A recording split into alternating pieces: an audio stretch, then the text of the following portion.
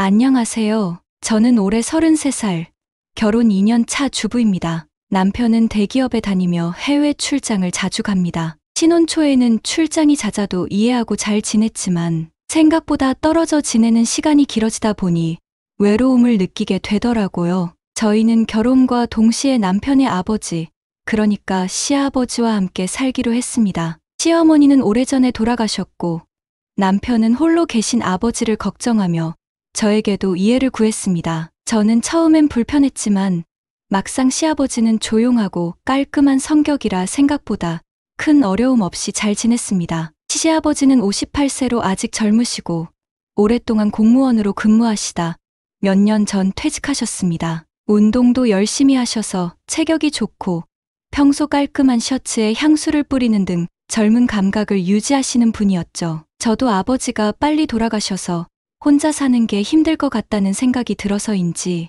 아버지가 불쌍하다는 생각이 있어서인지 오히려 잘해야겠다는 생각이 들었습니다. 몇 년 전부터 저에게 미묘한 감정이 생겨나기 시작했습니다. 시아버지가 항상 저를 너무 잘 챙겨주세요. 남편이 없을 때면 시아버지는 늘 저를 챙겨주셨습니다. 아가, 혼자 있으면 적적하지.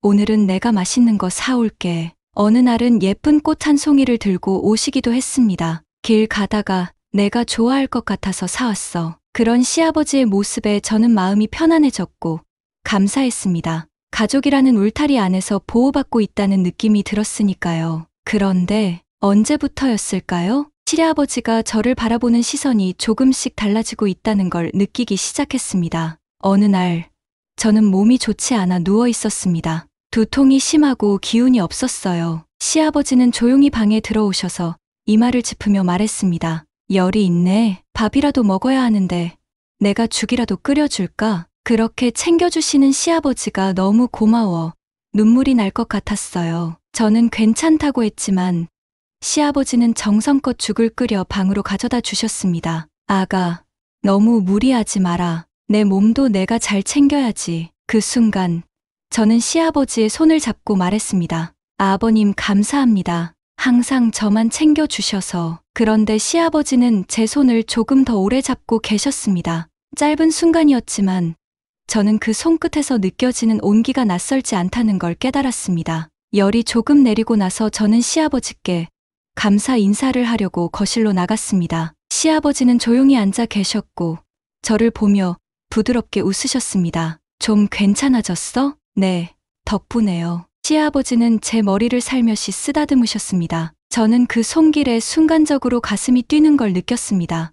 그리고 시아버지가 저를 천천히 안아주셨습니다. 전 거부해야 했습니다. 하지만 이상하게도 저는 그 품에서 도망치지 않았습니다. 남편의 부재 속에서 느꼈던 외로움, 그리고 시아버지가 건네준 따뜻한 온기, 모든 것이 무너지는 순간이었습니다. 그날 이후 시아버지는 저를 대하는 태도가 달라졌습니다. 아침에 거실에서 마주칠 때면 부드럽게 제 머리를 쓰다듬으며 인사를 하셨고 식사를 할 때면 제 손등을 슬쩍 쓸어내리듯 터치하곤 했습니다. 그 손길이 부담스럽게 느껴지지 않았습니다. 아니, 오히려 기다려졌습니다. 우리는 점점 더 가까워졌습니다. 우리의 스킨십은 더 자연스러워졌습니다. 소파에 앉아 있을 때면 시아버지가 조용히 다가와 제 머리칼을 정리해 주었고 가끔 손을 꼭 잡아주시기도 했습니다. 어느 날은 시아버지가 저를 바라보며 조용히 말했습니다. 아가, 내가 있어서 참 좋아. 그 말이 어쩌면 사랑 고백처럼 들렸습니다.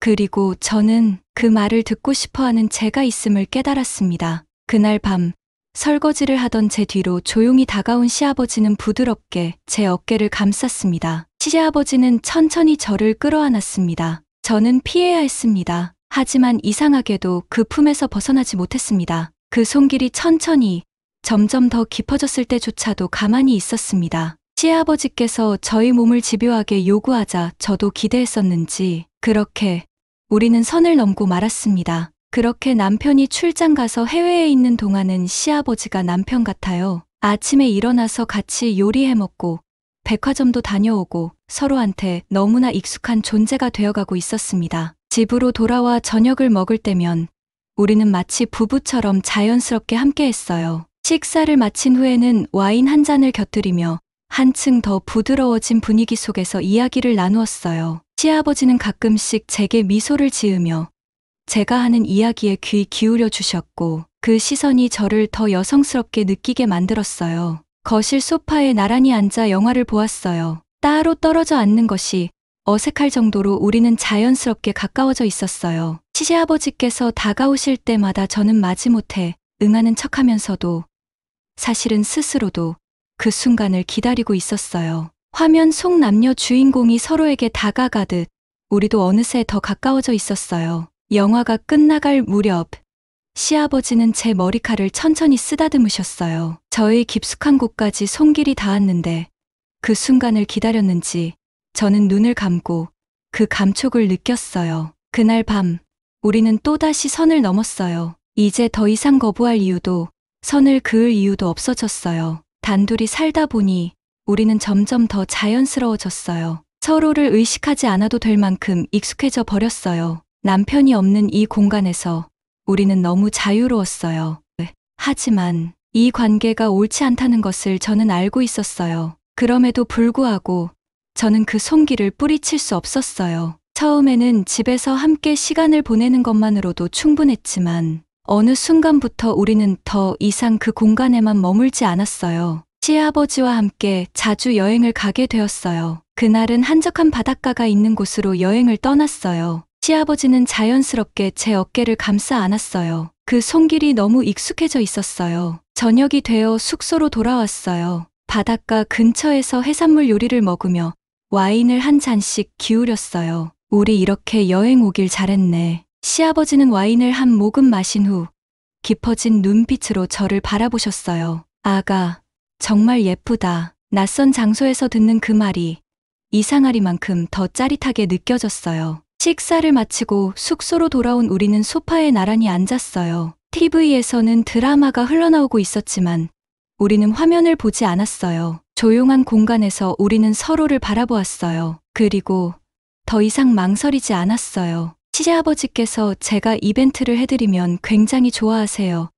저도 시아버지에게 해소하고 있었나 봐요. 여행을 갈 때마다 우리는 점점 더 대담해졌어요. 더 이상 남을 의식할 필요가 없는 곳에서 우리는 더욱 가까워졌어요. 이제는 서로 부부 같아요. 저도 외롭지 않고 말동무가 생기고 서로를 아껴주는 게 너무나 좋은 것 같아요. 상식적으로는 설명할 수 없는 죄라고 하지만 남편이 해외에 있는 동안 저도 외로웠나 봐요. 점점 시아버지랑 가까워지면서 저도 죄책감이 들어서 가슴이 두근두근 할 때가 있는 것 같아요. 누구한테는 말하지 못하고 계속 이렇게 관계는 유지해 오면서 고민만 하고 있습니다. 남편은 출장을 가는 게 너무 미안하다고, 시아버지랑 잘 지내줘서 고맙다고 자주 전화로 이야기해줘요. 그럴 때마다 남편에게 참으로 미안합니다. 되돌아갈 수 없는 관계까지 되어버린 것 같아요. 이제는 어떻게 해야 될지 잘 모르겠고 하루하루 지내고 있습니다. 부끄러운 일이지만 글을 써봅니다. 긴 글 읽어주셔서 감사합니다. 구독과 좋아요 부탁드립니다.